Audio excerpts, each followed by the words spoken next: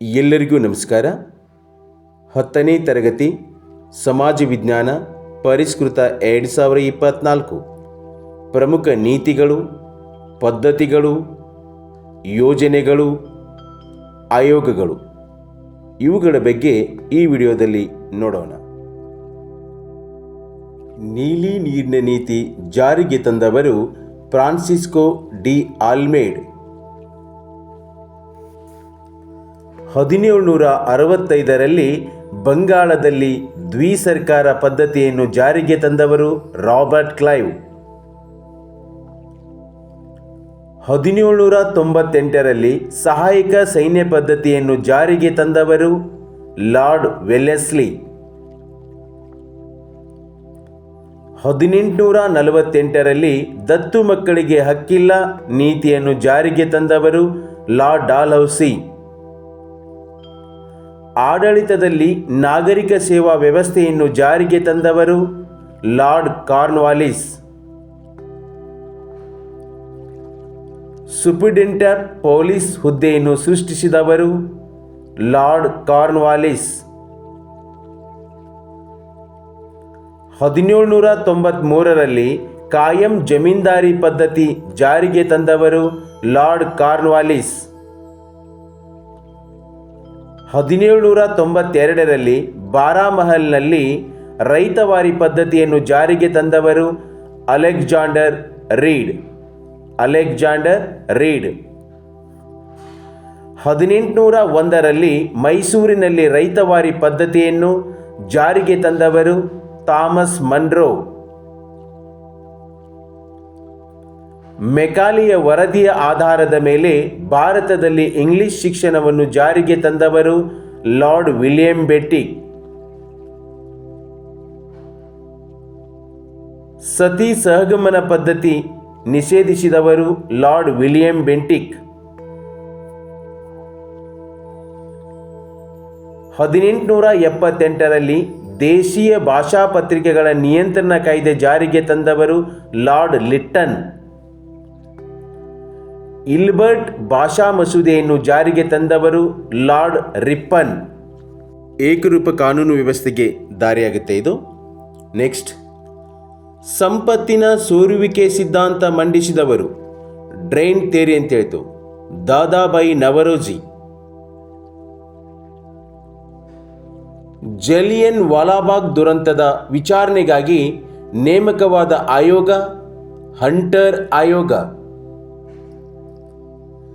1929ರ ಲಾಹೋರ್ ಕಾಂಗ್ರೆಸ್ ಅಧಿವೇಶನದಲ್ಲಿ ಸಂಪೂರ್ಣ ಸ್ವರಾಜ್ಯ ಘೋಷಿಸಿದವರು ಜವಾಹರ್ಲಾಲ್ ನೆಹರು. ಇವರೇ ಅದರ ಅಧ್ಯಕ್ಷರಾಗಿರ್ತಾರೆ. ಮಹದ್ ಕೆರೆ ಮತ್ತು ಕಾಲಾರಾಮ್ ದೇವಾಲಯ ಚಳುವಳಿಯನ್ನು ರೂಪಿಸಿದವರು ಡಾಕ್ಟರ್ BR ಅಂಬೇಡ್ಕರ್. ಭಾರತದ ವಿದೇಶಾಂಗ ನೀತಿ ಅಲಿಪ್ತ ನೀತಿ ನೇತಾರ ಜವಾಹರ್ಲಾಲ್ ನೆಹರು. ಇವರನ್ನು ಭಾರತ ವಿದೇಶಾಂಗ ನೀತಿಯ ಪಿತಾಮಹ ಅಂತಲೂ ಕೂಡ ಕರೀತಾರೆ. ರಾಷ್ಟ್ರೀಯ ಫ್ಯಾಸಿಸ್ಟ್ ಪಕ್ಷ ಮುಸೋಲಿನಿ. ಇವನು ಇಟಲಿಯ ಸರ್ವಾಧಿಕಾರಿ ಮುಸೋಲಿನಿ. ಜನಾಂಗೀಯ ದ್ವೇಷವನ್ನು ಪ್ರಸಾರ ಮಾಡಲು ಗೋಬೆಲ್ಸ್ ಎಂಬ ವಿಶೇಷವಾದ ಮಂತ್ರಿಯನ್ನು ನೇಮಕ ಮಾಡಿದವನು ಹಿಟ್ಲರ್. ಈ ಹಿಟ್ಲರ ಜರ್ಮನಿಯ ಸರ್ವಾಧಿಕಾರಿ. ಓಕೆ, ನೆಕ್ಸ್ಟ್ ಹೋಗೋಣ. ಗಲಭೆಗಳನ್ನು ಮಾಡಿ ಜನರಲ್ಲಿ ಭೀತಿಯನ್ನು ಹುಟ್ಟಿಸಲು ಬೂದು ಅಂಗಿದಳ ರಚಿಸಿದವನು ಹಿಟ್ಲರ್. 1935ರಲ್ಲಿ ನ್ಯೂರೆಂಬರ್ಗ್ ಕಾನೂನುಗಳನ್ನು ಜಾರಿಗೊಳಿಸಿದವನು ಹಿಟ್ಲರ್. ಪೋಸ್ಟ್ ಕಾರ್ಬ್ ದೃಷ್ಟಿಕೋನ ಲೂಥರ್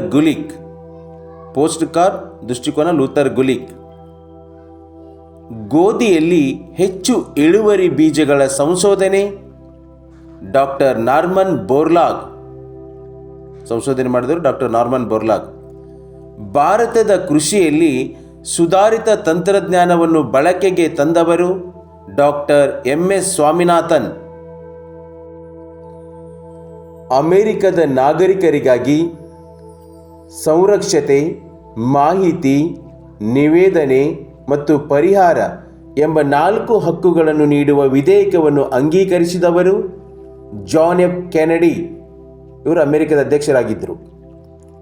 ಪಂಜಾಬ್ ಪ್ರಾಂತ್ಯವನ್ನು ಬ್ರಿಟಿಷ್ ಸಾಮ್ರಾಜ್ಯದೊಂದಿಗೆ ವಿಲೀನಗೊಳಿಸಿದ ಗವರ್ನರ್ ಜನರಲ್ ಡಾಲ್ ಹೌಸಿ. ಸಾರ್ವಜನಿಕ ಆಡಳಿತದ ಪಿತಾಮಹ ವುಡ್ರೋ ವಿಲ್ಸನ್. ಜರ್ಮನಿಯ ಸರ್ವಾಧಿಕಾರಿ ಹಿಟ್ಲರ್. ಇಟಲಿಯ ಸರ್ವಾಧಿಕಾರಿ ಮುಸೋಲಿನಿ. ಭಾರತದ ಉಕ್ಕಿನ ಮನುಷ್ಯ ಸರ್ದಾರ್ ವಲ್ಲಭಭಾಯಿ ಪಟೇಲ್.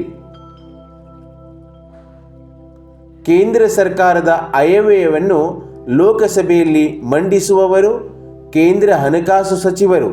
ಇಲ್ಲಿ ಆಯವ್ಯಯ ಅಂದರೆ ಮುಂಗಡ ಪತ್ರವನ್ನು ಮಂಡಿಸುವವರು ಕೇಂದ್ರ ಹಣಕಾಸು ಸಚಿವರು.